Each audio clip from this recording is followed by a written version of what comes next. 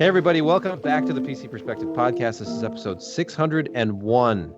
They said it couldn't be done. We couldn't follow up episode 600, the mammoth 3-hour recording marathon featuring some familiar faces. Check it out next week. Look at the after show if you want to know what I'm talking about. It was fun. But yeah, we're just back. Just us. I'm Sebastian Peak. I'm Jeremy Holmstrom. I'm Josh Walrath. I'm Brett Van Sproonberg. And we are recording this on October 14, 2020. Get some housekeeping stuff out of the way. You can sign up to find out when we go live with events like this podcast by going to pcper.com/subscribe. And you will be part of our mailing list that we only use to send out Brett's cleverly worded emails about us going live. I think you've added some flavor to that we were missing. It's good. It's accessible comedy. Yeah, but it's mainstream. Mm-hmm. It's safe for work. You can help support whatever this is and pcper.com by going to patreon.com/pcper, becoming one of our patrons. And Brett, I think you've added some people in the last week. I did, and while you maybe read out a couple of those, I think I just got a notice. So let me go in there and take a look. Okay, so new patrons include Wabbit Magic. Yes, with a W. It could be German though. It could be Wabbit Magic. Jack Hearn, Tom's Remsmitz. Yeah, good luck, Remsmitz, and a hearty welcome back to patron Kevin Hamilton. We did just get a brand new, fresh. The new smell is still on this patron, and their name is aptly put. Don't ban Jordan. I love Apple. Wait, did you write this, Brett? Brett, are you a new patron? Okay. No. Burger update, Josh. It's burger update time. That time of the week. Just in time. We go to Josh's Twitter feed. Mm-hmm. Perfect timing. What are we looking at here? Walk us through this. It's the naughty. I've had it before, but it's really good. It's a spicy barbecue sauce, jalapenos, cheddar cheese, a couple of pieces of bacon, and 2 all beef patties on sesame seed bun. Bun, not bum. What about the fries? What kind of fries do they have here?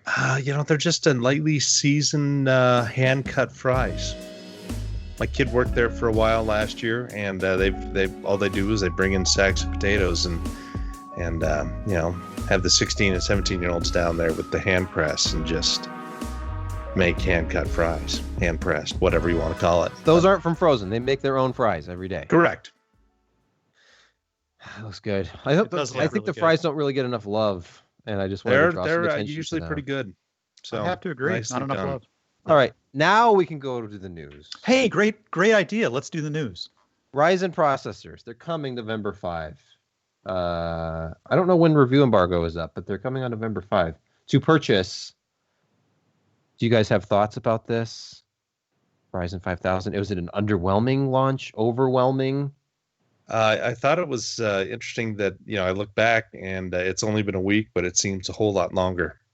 Maybe that was just my week. If they can retain that 19% average uplift over previous generation, then they're super competitive with Intel. Certainly in terms of TDPs, their top end SKU is 105 watts. And sure, it may pull a little bit more at the wall, but not like the 200 watts of the 10900K. When it's fully unlocked. So yeah, AMD's got power cranked down. They've got performance cranked up, and thermals are not horrific.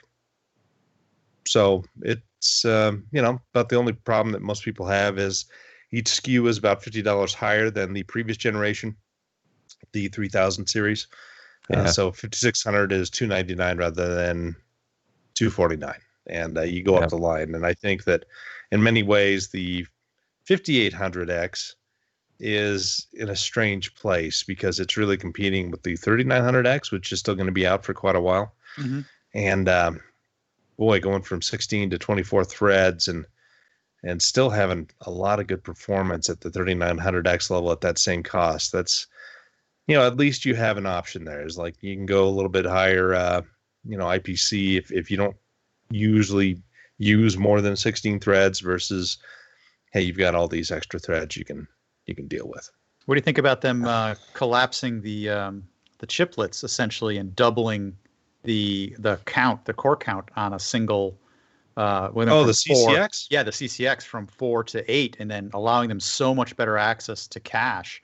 Yeah, that's huge. That's probably one of the largest reasons of that 19% uplift is that there's a pretty significant decrease in latency in accessing the shared L3 cache. Instead of having two pools of 16 megs, it's one giant pool of 32. And you don't have nearly the latency of going CCX to CCX, much less, and it probably does improve chiplet to chiplet also. Mm-hmm. So, it's and you won't have great to play around with Ryzen Master and do local and distributed and all the fun sort of things that the older designs sort of introduce you to.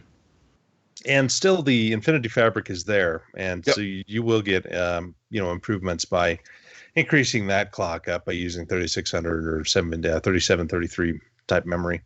But I'll be curious to see if it will scale as much as the previous generation just because of the CCX layout. But the 3900X and 3900, I mean, those two are just going to kind of stay embedded there for a while. And it probably won't be until 2021 that we see more SKUs, especially in the lower part. But, I guess AMD will see what sells and what doesn't and what they can do. Josh, do you foresee them continuing to manufacture the 3000 series until they round out that lineup next year? Yeah. Okay. Yeah. I mean, they're still selling a lot of chips. I mean, they're, at least competitive at the 3000 level in most applications, except maybe games. And even then, if you're running at 1440p and above, you're not going to notice much. Your Dark Lord said memory speed, Josh. As far as I know, the IO chip is still the Global Foundries larger one, 14 nanometer, 12 nanometer, whichever one they decide to use for that SKU. Memory speeds won't be enhanced over what they are now. It's all intercore CCX type improvements and not so much the IO memory controller chip. And I mean, hell, do you want to improve your DDR4 at this point, or do you want to get ready for rolling out DDR5 in 18 months, 24 months? It's kind of crazy to think that this is now the fourth generation of processors on the same socket. Started with the 1700 series. Or previously was Bristol Ridge was an AM4. And that's Excavator. Let's not talk about that. No. Any more thoughts on this? I mean, we have a separate video where Josh goes into his deep thoughts about it, and they're pretty flawed deep thoughts, but sure. Okay. I think the only controversy about this has been pricing and whether all platforms would be available immediately. It looks like just 500 series platforms are getting BIOS updates until 2021. Yeah, so then they're going to roll out some 400 series. Do you think that's AMD just trying to push the new platform for early, like anybody who's still on 300, 400, if they want the new CPU, they've got to buy it? What happens whenever they release something and you don't get a full flavored feature on the old chipset? Yeah, they got to head off bad press. People scream. Yeah, they don't want screaming people. Yeah, I think supporting AGESA across multiple CPUs in 8 megabit and 16 megabit BIOS is challenging enough, because everybody's got to have the fancy graphics in the BIOS and have that little OS kind of running in there, and click a mouse and all the crap that you really don't need. Right. But true, it takes up space in the ROM. I think it's just a challenge getting all of that in there. Brett. No, I was just going to ask if you guys at the end of your discussion on the presentation touched upon the performance of that look ahead at Big Navi. Yeah, I showed a bit of the video. They obviously weren't forthcoming with any details. Now, just a couple of benchmarks, which looked pretty promising. Yeah, they look to be in the 3080 range overall, maybe a little bit slower. But again, you've got less optimized drivers, and still Sure. some work to go for, the next month before they release. Well, not in that month. It's what, 28, 14 days from now. Yeah, it's 2 really weeks, close. Josh. So I 2 weeks. thought I'd bring it up. The somewhat substantiated rumor was that, why no, that was not our top card. Hey, as long as there's availability, I don't think people are going to care. Probably. If you can literally buy the thing, Right. people are going to love it.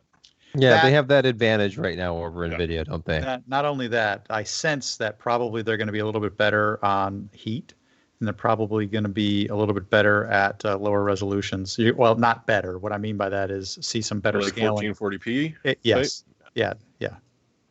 I don't know why they would be better on heat, because what they have done has been to push the 7 nanometer process as far as they can go with clocks. And Well, the only way they're going to be because- able to be competitive is with high clocks. Well, I'm giving them a 7 nanometer advantage.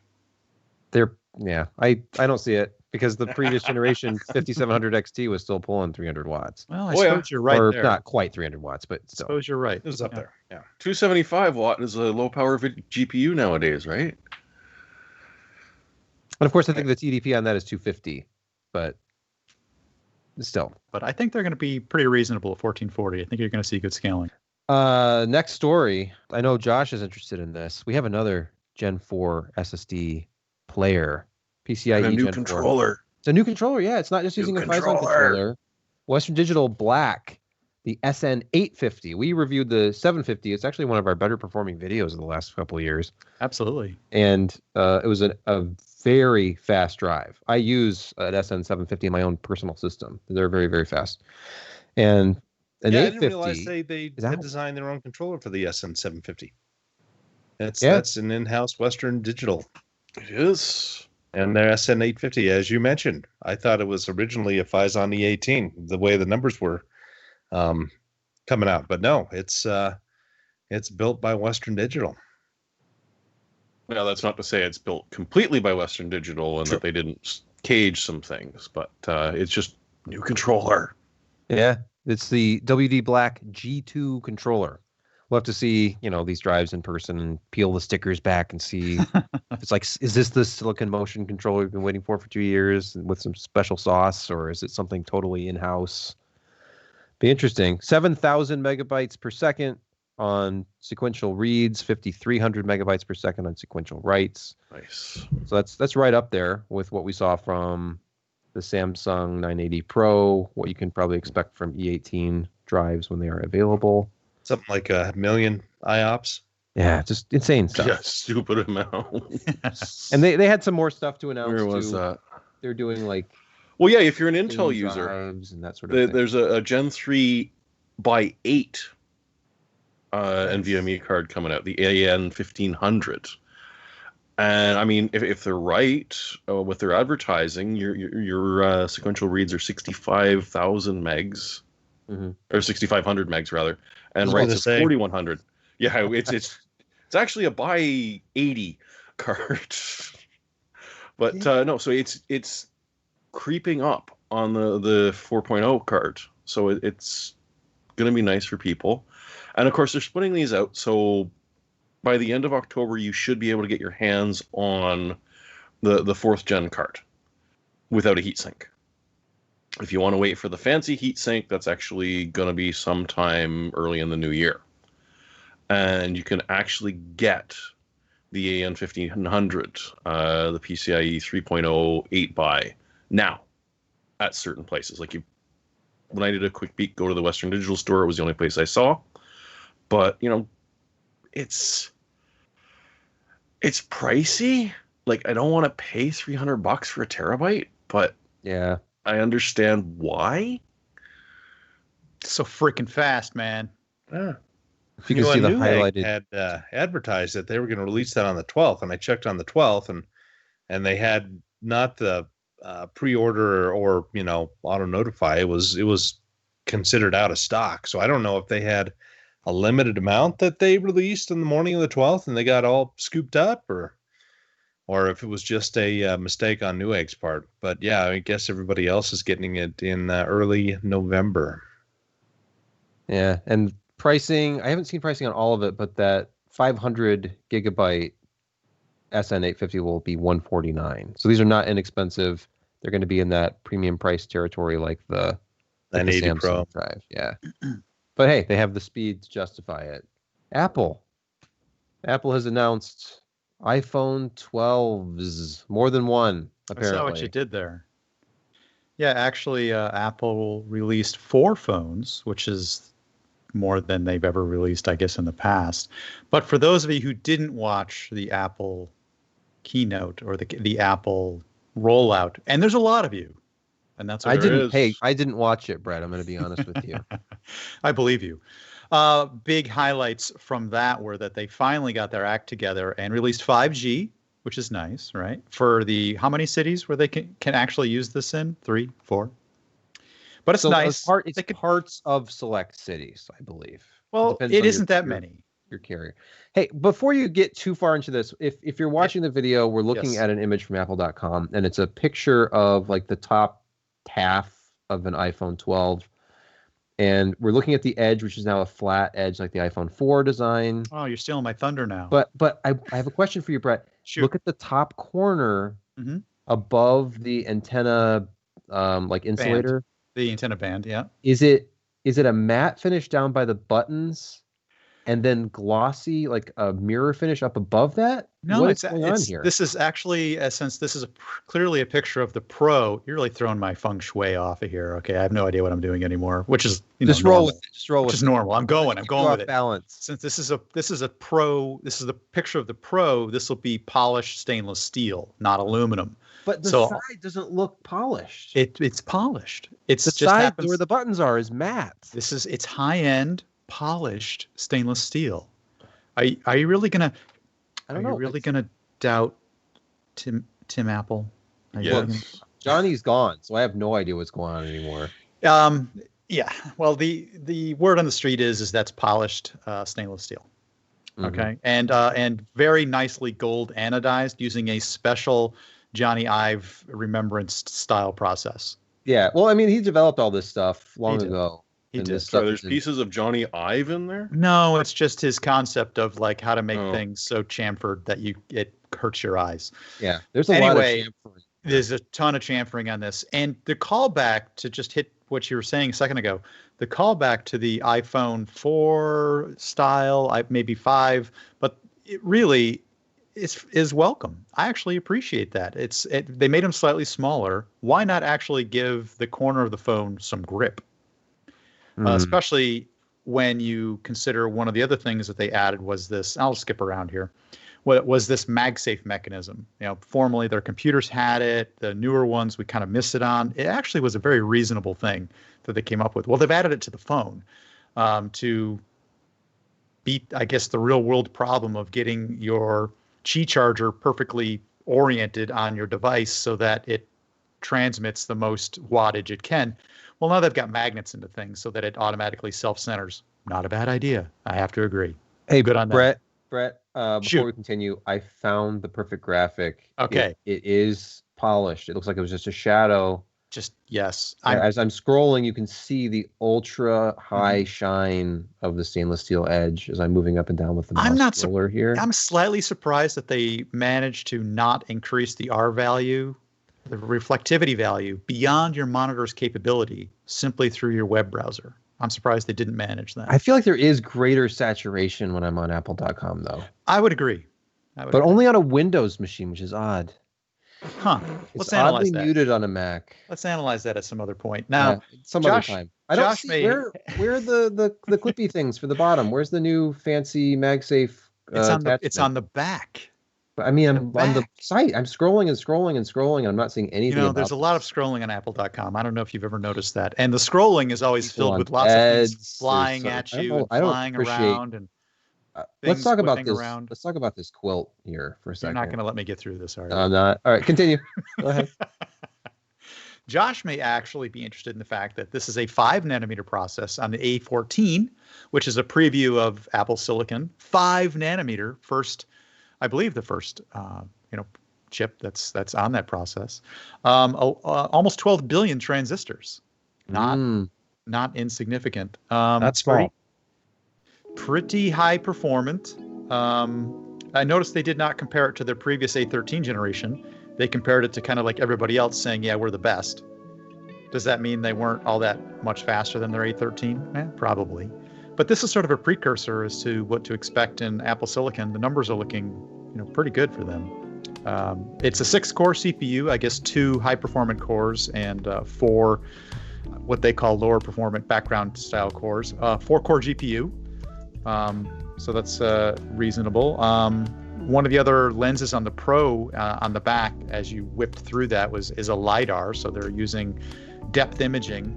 And I remember years ago working on depth imaging capture systems, and we actually had to use frequencies to image rooms and spaces such that you couldn't have anything alive in the room because it would cook them. Or at least you shouldn't be exposed to that frequency of radiation for long periods of time. Oh, that'd go perfectly with Alan's ozone maker there. Well, yeah, it would have been great. So we could image rooms and get depth readings off of dead spaces as long as people weren't in the way. It's come a long way. You now can hold it in your hand and get reasonable depth imaging and really fast lock-on for AR. Better than kind of waving the camera around like you have to do today in order to get the camera or the portable device positioned in space. This is going to be a lot faster lock-on for AR purposes. They added a new raw image capture format. I mean, the cameras are okay and all that. They've really kind of improved them on the high end. The raw image capture thing is kind of cool in that it remembers all of the effects and things, but you can still pull the raw out of it. So that's nice. 4K 60, this Dolby Vision thing, of which I'm not familiar with because I don't shoot movies, I guess. But that's supposed to be cool. They thought a lot about that, and you can shoot and edit the whole thing on the camera. And you used to be able to have to do this all offline with a high performance PC, so now you can hold it in your hand. In my opinion, it's not a huge leap. I mean, no one's going to be disappointed if they like an Apple device. This is new, so they're gonna dig it. But doesn't seem like a really huge thing. I mean, I like it. I'm not going to buy one probably. I just bought an SE. No, I just bought an SE a little while ago. You bought an SE because you wanted a phone to tide you over until 12. That's true. I guess SE is only an intermediary phone. I would probably be interested in the Mini, which is a new thing for them. If you look at it, it's the fourth device that I don't think everybody saw coming. It's got as much screen real estate as their previous larger, like regular 11, but it's in a package that's significantly thinner and smaller. Unfortunately, the notch is still there, which is stupid. I think the notch is ridiculous. But the notch is necessary because they don't. It's not necessary. Look, it's all about the notch. Listen, stupid. You don't have to keep saying stupid. Listen, Brett, let's be objective here for a second. The reason the notch exists on certain phones, the notch or the pinhole cutout thing, is because the technology to have a camera within like the LCD behind the glass is not very good yet. It would be a huge regression in image quality if we did that. There's true. A number of problems. I mean, as somebody with an optical engineering background, yes, you should know that there would be major like refraction and other kind of strange light issues going on when you have sensors nestled next to emissive display pixels and things. So anyway, speaking of that, they actually protected the glass with like ceramic stuff now. So that's the only part I care about. They said that they've been working with Corning on making the glass more shatter resistant. That's great. Yeah, I think they're the first people or the first corporation to use it, but I suspect that other companies will be able to use that formulation at some point in the future. One more thing about that, they actually demoed handheld gaming to show how cool they're. Nobody cares about handheld gaming. Wait, no, they don't. Nobody cares. It's not our target demo, Brett. League of Legends. That was sort of funny as to why they would do that. But the reason they did it is because of their fight with Epic. They didn't show off. Oh, because they couldn't show Fortnite. That's right. They couldn't show Fortnite. Hey, what's a game that a lot of people play together online? Well, that was the funny thing. They went like, "Oh, what's the most popular handheld game or the most popular game ever?" And I'm like, Fortnite? Let's look at the Apple iOS. And then they went League of Legends, and I went. So I thought it was funny. Hey, I found the thing on the accessories, the new charging ring, the magnetic charging ring. So sexy. It's nice. Like it looks like they have a prototype of the phone here, and you can see it's like this round thing, and there's a wireless charging coil in it, and then a magnet around the perimeter. Yeah, that's Palm from 10 years ago. Or And then if how you long set ago? the phone down on top of it, it like sticks to it because it's magnetic. It's very clever that Apple has invented this technology that we've They never did seen. not invent it. It was invented Magnets. by Palm. How do they work? The iPhone just becomes more and more the palm every iteration. I've noticed ever since they went with the swipe up gesture, it's become more and more clear. I think you're just talking to hear yourself speak now. Nope. Yep. I would accuse you of the same thing, Brett. I'm bringing the truth, and I'm not apologetic about. Moving on. Yeah, what's next? What else was on the list of things to talk about? Shh. Shh. Be quiet. Oh, yes. Oh, let's get into the reviews portion. We're just going to do quick overviews here. You have to go to pcpro.com to read the full review. I'm not going to try to do a podcast review of 3 different things this week because somebody's been busy and getting reviews out there, and it would take a while to go through all of these. But real quick, be quiet. Entered the liquid cooler market in the US with the Pure Loop series. And these are sort of budget-oriented, all-in-one liquid coolers. And I stress all-in-one. They are not closed-loop coolers. There is a distinction there. And that is because these are not sealed. You can actually top these off and maintain them yourself. But they come pre-filled. They're ready to go. They range from $84.90 US dollars for the 120 millimeter up to $119.90 for the 360. So that's very reasonable. I got the 280 because we had some other 280s reviewed recently I wanted to compare to.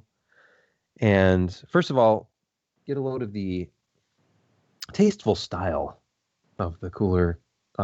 This is the top of the CPU block. It's a brushed aluminum with the Be Quiet logo, and then a subtle ring of white LED lights. No RGBs here, just a light dusting of white RGBs for you. And then look at that. It's a copper cold plate, but it is nickel coated, and it's very nicely milled. Did you just say nipple coated? Yes. I think you did. That's what I heard. Nipple coated. It is nipple coated, 100%. The soft white glow on the outline. Standard radiator, but something that isn't standard. First of all, I call these the key differentiation points. This is number 1, the fill port on the end of the radiator here. And then the other is this. What is that? That is the pump. The pump, if you're listening, is suspended. It's in line in the hoses. So you have the radiator, and then the hoses begin, and about 2 inches down, you have this big thing that encompasses both hoses, and then the hoses. And it is the pump. So Why? because Asetek, because patents and having to be different to sell without, using an Asetek design. So to be different, they did this. And what's actually kind of cool about it is they made something of it. They made something of having to be different by mounting the pump up here on the hoses should reduce any kind of audible vibration from the pump because it's just suspended on like these, rubber hoses with this cloth weave coating over it. It's the same principle of like, turntable motors where if they're suspended by rubber, then they don't vibrate against the plinth, that sort of thing. And then you're dealing with essentially your standard Be Quiet air cooler mounting kit. This is literally the same hardware essentially that you'll get if you get one of the dark rack coolers, and little subtle things like the fact there's a little rubber ring you put down on the retention bolts to hold them in place while you're building the system. I like it. And then I'm adding this in. I added in a picture of thermal paste application just to raise people's ire and to have them judge me for the rather sloppy application of thermal paste. A little bumpy. It is bumpy. I used a piece of cardstock that I cut from like my son got a toy car, and I just cut the cardstock backing. How come you don't use like business cards? I was, and then I'm like, I'm just throwing away all these business cards. I should start recycling. So I go into like the recycle in the kitchen and just grab. That's how you end up with textured thermal paste. Yeah, it's organically textured. I don't know if that helps the performance or not. No. Speaking of performance, real quick, And I said I was going to be quick, and I'm probably already talking about this for 4 minutes, but temperatures never exceeded at 77 C during testing with a 10900K with all the power limits disabled. And to give you a picture of what that actually looks like, here's the same chart with the power, and we were drawing over 210 watts on this test, even approaching 220 at times, like 215, 218, I think it peaked. So that's a huge load during Blender here, and temperatures still, they stayed in the mid 70s. They peaked at 77 while the fans were ramping up. And that, compared to the other coolers I reviewed recently, is within about a half degree of the best performing one. And the Gamerstorm Castle 280EX, another 280 millimeter, got about 55 above ambient, and the Pure Loop 280 got 55.6. So second to the best there, and second to the best in noise. And I will say that Gamerstorm, almost 50 decibels. This 45-ish, 44.8. Still, that's pretty significant. Yeah, but that's still significantly louder than the Corsair, the H115i, in its balanced mode. But here's the thing.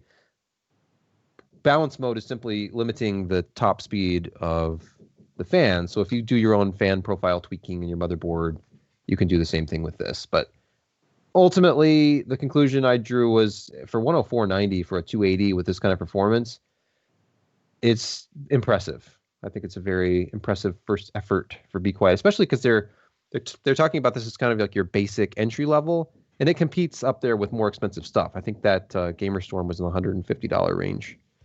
So a lot of 280s are, but you're not paying for RGBs or anything with this. You're just getting kind of your basic no frills experience. Oh, and speaking of no frills, and it's meant to work quietly in the dark. Mm-hmm. There's a little ring though. You can still see your way. It's not super bright. You can find your way in your case, kind of. Moving on, one more review that went up this week was just some getting back to basics here. What's more basic than a standard size SD card? I'm not going to go into this one in depth, but we have a review of standard size SD cards. Samsung is back in that game. They've just been doing micro SDs for a while. And now they have standard SD cards again, and they are pretty high performance. There's the new SD Card Pro Plus. This is class 10, speed grade 3. It's U3. Up to 100 megabytes per second sequential reads, up to 90 megabytes per second sequential writes. That's if you get the 64 gigabyte or higher. We got the 128 to test. And I compared it against the Evo Plus, that is new, has slower write speeds, the same read speeds, up to 60 megabytes per second for the 128, up to 80 for the 256. And these are inexpensive. Pricing on these, they top out at $49 for the 256. The 128 I tested for the Pro was $25.99, and the Evo was $19.99 for 128 gigabytes of up to 100 megabyte per second. And just to sort of verify that, here's a quick look at Crystal Diskmark, 97.11 megabytes per second, both of them. The Evo is on the right, the Pro is on the left. The difference is the write speed, 66.69 with the Evo, 83.45 with the Pro. And then I did some comparison testing with one of my own cards, a SanDisk Extreme 128, and that had slightly lower reads, only 95.84 megabytes, but writes were slightly better. The Extremes are very, very good, even exceeding their own spec on transfer speeds. But the pricing on these is very good, I think. Like, the performance of the Evo was about 20% lower on writes, but the price is 23% lower. So it looks like they kind of nailed pricing on these. Prices on these have come down a lot for fast SD storage. But if you want to see a little bit more in the way of benchmark numbers and so forth with these, check out the review. And finally, real quick, Corsair released a wireless mouse. It is an inexpensive wireless mouse. It actually has the distinction of being the lowest cost slipstream wireless mouse in their lineup. That previously was the Harpoon at $59. This is only $39. So their slipstream, if you're not familiar, they call it hyper-fast sub 1 millisecond wireless technology. You can also connect this with Bluetooth, but it's just kind of your basic symmetrical design. It's not It's not an ambidextrous mouse necessarily because there's only thumb buttons on the left side of the mouse, but it is asymmetrical design. Small, good battery life, no fancy RGB bling. There's one RGB zone, which literally just shows you what the DPI setting is.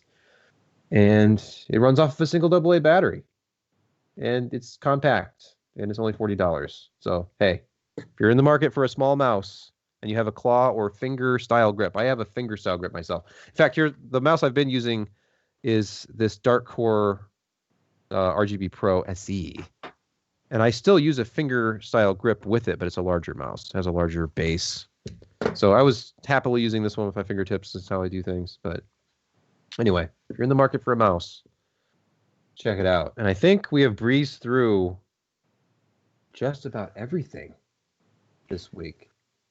That's because I didn't interrupt you. You did really well. Yeah, if it's just me talking for 10 straight minutes. Yeah, and you didn't even take a breath, so that was awesome. Thank you. Picks of the week. I think, Josh, you have the first pick? What is this? I mean, SSD prices, again, they're starting to go down. And right now we have the fantastic sale, and Amazon Prime Day is just finished. And, it's kind of interesting. They things like the Sabrent 1 terabyte PCIe 4.0, it was down to 169, 175. And then they're on sale now for $199, usually $249. But take another 20% off by adding this code. And it's guys, you're not doing anything. But something you actually did do something with is the older WDSN 750. Really super fast PCIe 3.0 for 117 for 1 terabyte. And that's getting down into that, P1, P2 range. That the Intel, and Micron slower drives. So yeah, that's a fantastic price for a really fast 3.0 NVMe 1 terabyte unit. The 2 terabyte. I buy Intel QLC drive. $336 right now on Newegg. Yeah, but when you're talking about that much money and you look at the Intel,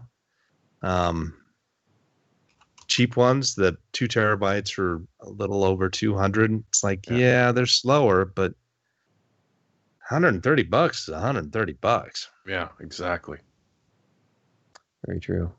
But I guess it depends on your workload. If you're using that as kind of a scratch or video editing, then it's going to be worth every penny to you. But I don't do those things. I play games. Josh, I would love you. I would love you if you started video editing, and I will start forwarding everything over to you to edit. Oh, if only I had the time to even, yeah. It's fun. Just, take care of your kid and put out fires while editing video over the course of an entire day. I know. What's amazing is that last year, just to kind of tell you, the entire IT group had an X amount of hours of overtime all last year. And last year I had half of those. And there's 7 IT people now. So I'm salaried. Kind of stinks, but, come bonus time, they make things a little bit better. They better. Good. Jeremy has the next pick. It is, is this just a Wi-Fi extender, or is this a mesh router? No, it's just a pretty dead simple extender for anyone that's dealing with some bad signals, like my brother in his place. And generally, they try and charge you more than these things are worth. And it can get quite frustrating. But Asus does a pretty good job in general. And the RP AC55 has been out for a while. It's, you're stuck with 802.11 and an AC.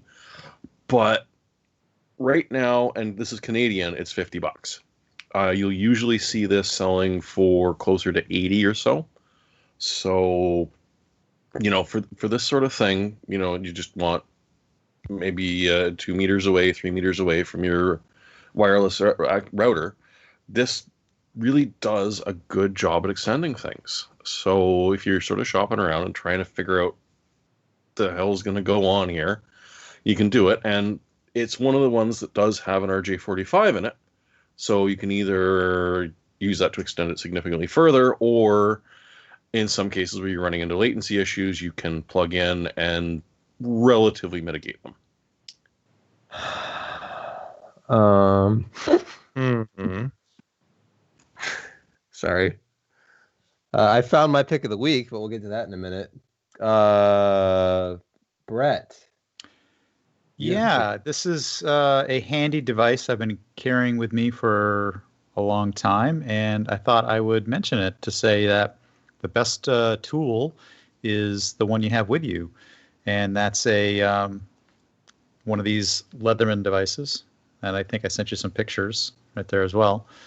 That I think the best tool, or the best part about this particular tool, is actually the clip that keeps it in your pocket so it doesn't go wandering around and it doesn't fall out. It's got a carabiner on it.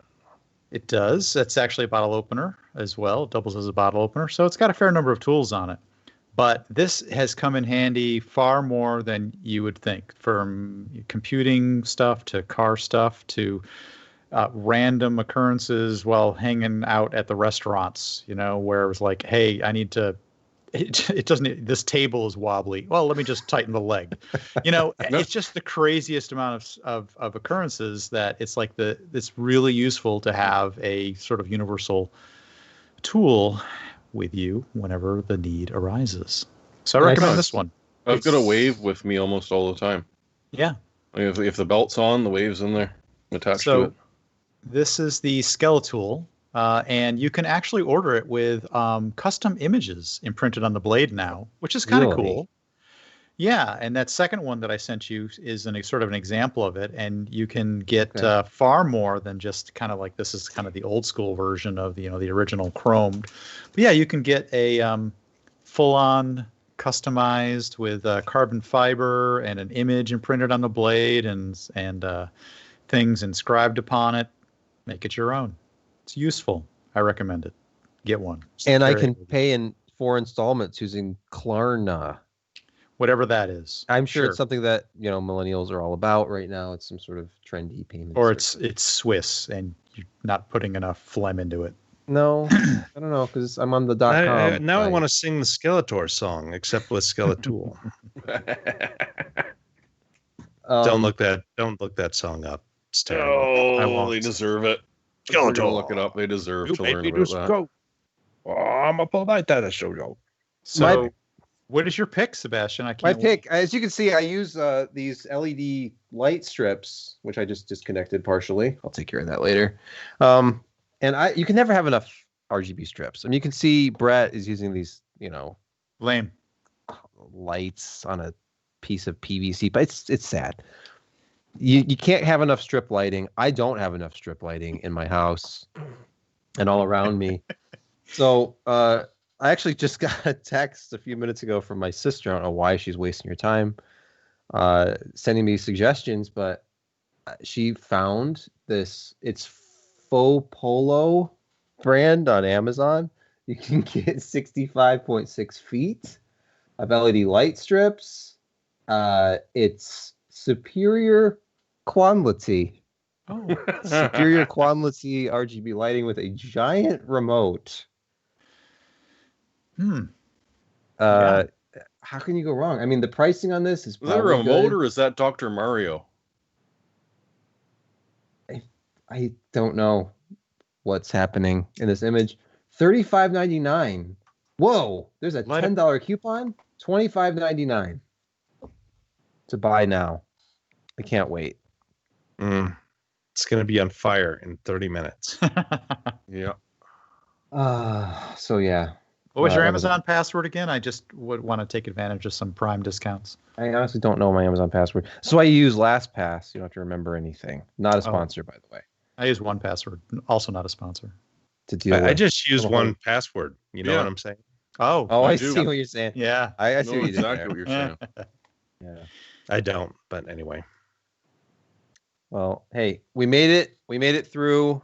Thank you for watching this, listening to Hey, one other thing. Yes, Josh. You know what? I expected another batch of RTX 3080s to at least hit this week, but so far, guess what? Not a zip. No, it's been concerning how little product has been shipped so far that we know of. Yeah. Yeah, those rumors about 2021 availability are becoming more and more believable. Yep. Yeah. Well, Jensen said like there would be supply constraint until 2021, right? I don't think he said we wouldn't have anything. Well, until like 2021. he's going to say that. So I guess we find out in November when we finally see AMD Big Navi. yeah, Who's got what? Because right now, yeah, getting a 3080 is, unless you go on eBay, pay those nice inflated prices. it's literally like the first iPhone launch. That's how insane this has been. It's because that was scalped endlessly. You couldn't find them in stock because when they would show up at the Apple store, there was already people waiting in line to buy it, and they would be on eBay later that morning. Oh, the original Xbox 360. Yeah, that's true. The Same Nintendo thing. Wii. I mean, anything that and everything. The PlayStation 3. Cabbage Patch Kids. Oh, yeah. That's an oldie, Yeah. yes. Going back to the early 80s there. Anyway, thank you for taking part in episode 601 with us. This supporting our art, the art that we present here, abstract though it may be. And we You will. are the Robert Mapplethorpe of podcasts. Thank you. Today. I don't know who that is, I have but no idea what you're talking about. It sounds great. I have no idea what I'm talking about. Perfect. And we'll see you next week. Oh.